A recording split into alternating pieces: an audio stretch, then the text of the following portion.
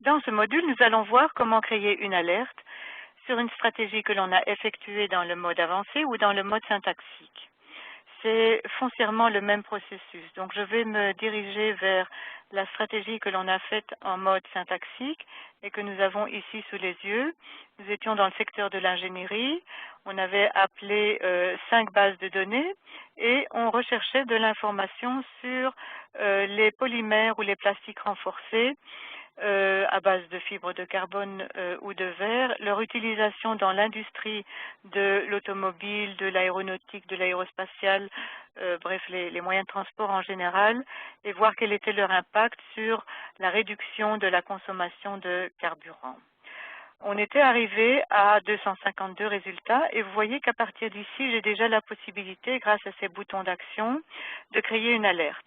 Mais je souhaite d'abord examiner mes résultats, regarder si les documents qui m'ont été livrés sont pertinents.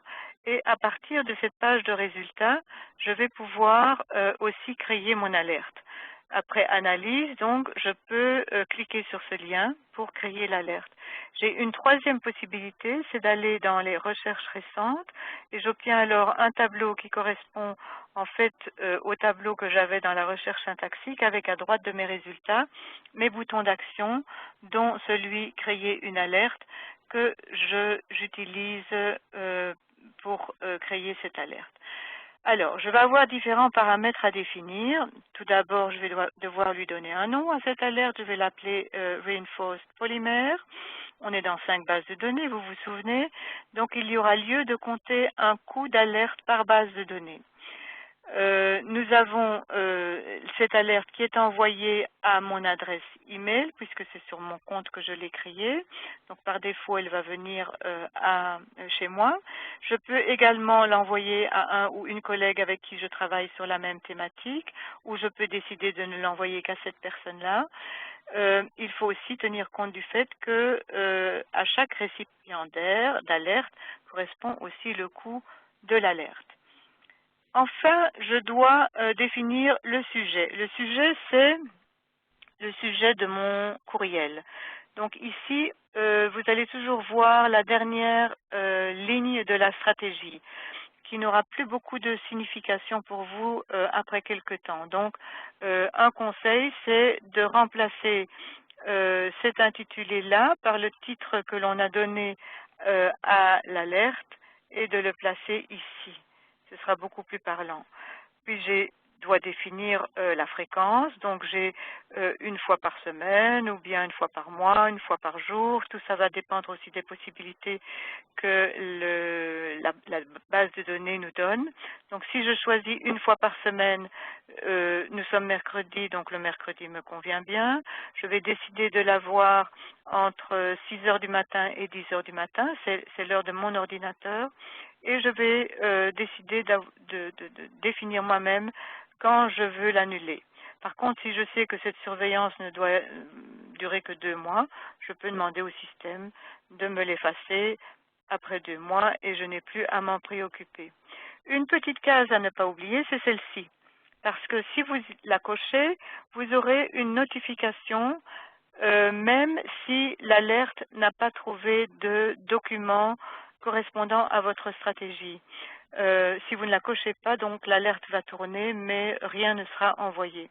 Donc il est plus prudent de cocher cette petite case-ci. On continue. On a d'autres paramètres à définir, dont notamment les documents que l'on veut recevoir. Ou bien on veut n'avoir que les nouveaux documents, donc nouvellement publiés, ou bien on décide d'avoir les documents nouvellement publiés plus les documents historiques. Alors, quelle est la différence? Si vous choisissez la première option, donc uniquement les nouveaux documents, vous allez recevoir tous les documents postérieurs à la date à laquelle vous avez placé votre alerte. Donc, tous ces documents-là, y compris les actualisations, vont vous être livrés. Il faut vous dire que chaque document qui entre sur ProQuest Dialog, qui est chargé sur ProQuest Dialog, reçoit un numéro d'identification. Donc, si ce numéro d'identification est dans votre mémoire, vous n'aurez plus d'actualisation de ce document-là. C'est évident que quand vous créez votre alerte, vous n'avez pas encore de mémoire, donc ces documents-là vous sont envoyés.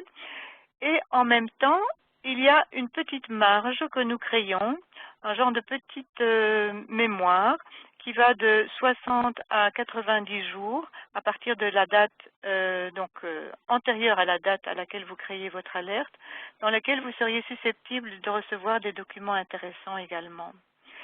Si vous choisissez la deuxième option, vous allez recevoir tous les documents et actualisations récemment publiés, donc à partir du moment où vous avez créé l'alerte, mais également tous les anciens documents, donc tous les documents historiques qui correspondent à votre stratégie. Ici, vous aurez peut-être une surcharge de documents délivrés.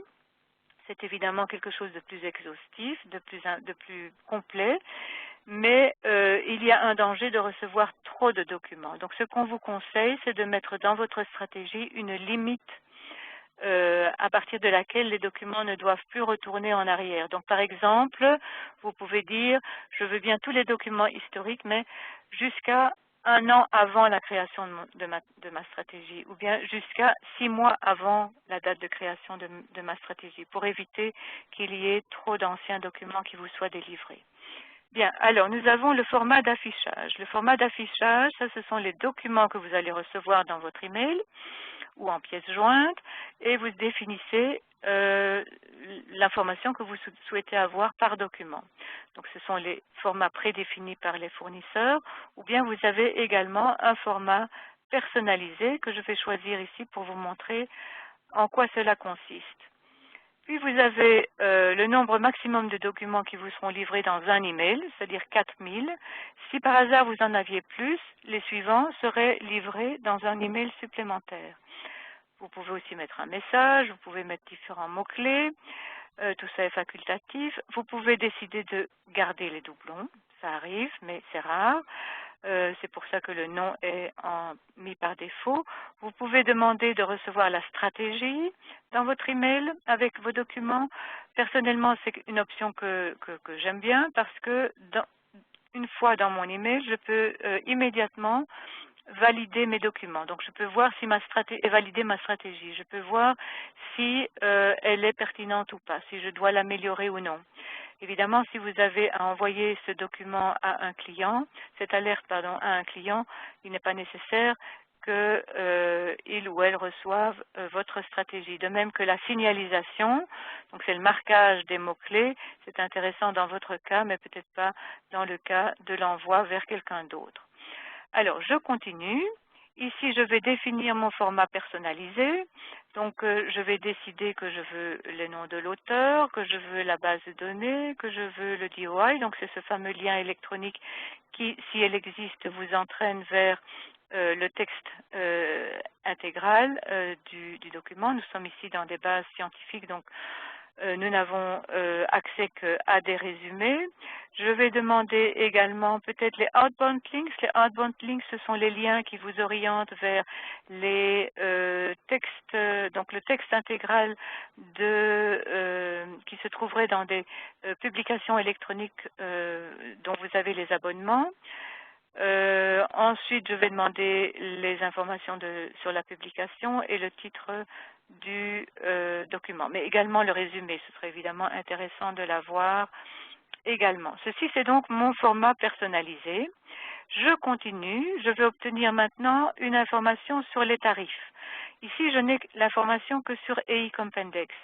C'est-à-dire que mes identifiants sont un peu hybrides parce que j'ai accès à des bases de données en format, donc en accès transactionnel et d'autres en accès illimité.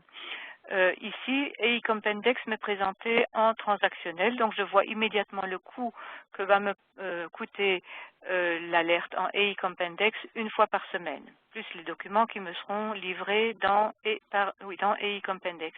Les autres bases de données, j'ai un accès en usage illimité. Si vous avez toute base en accès transactionnel, vous aurez évidemment l'information pour chaque base dans la fréquence dans laquelle vous l'avez demandé. Bien, alors je crée mon alerte. Voilà, si je m'étais trompée, je peux encore la supprimer à partir d'ici, ce qui n'est pas le cas. Je la ferme. Je vais recevoir maintenant dans mon email une notification me disant que j'ai créé une alerte et je la retrouve ici sous mon compte, qui est mon petit module de gestion de mes documents, de mes sauvegardes et de mes alertes. Et en cliquant sur l'onglet Alerte, j'obtiens alors un tableau récapitulatif de toutes les alertes que j'ai créées et qui est vraiment très clair. J'ai d'abord le nom de l'alerte, j'ai son numéro d'identification, donc si vous avez un problème avec une alerte, c'est toujours important de nous donner son numéro d'identification, la fréquence à laquelle je l'ai créé, la date à laquelle j'ai reçu les derniers documents, le nombre de documents que j'ai reçus, la dernière fois que je l'ai mise à jour, et ici des différents boutons d'action. Donc je peux la modifier, je peux demander d'afficher tous les résultats. Si je choisis cette option-là, l'alerte va être relancée dans toutes les bases, ou dans la base dans laquelle j'ai créé l'alerte, mais également dans toute l'archive de la base. Donc je vais obtenir énormément de résultats, à moi ultérieurement de faire les limites sur les dates de publication. Renvoyer historique, c'est intéressant parce que vous avez ici tout l'historique de ce qui m'a été envoyé depuis le moment où j'ai créé cette alerte, donc au mois de mars 2015.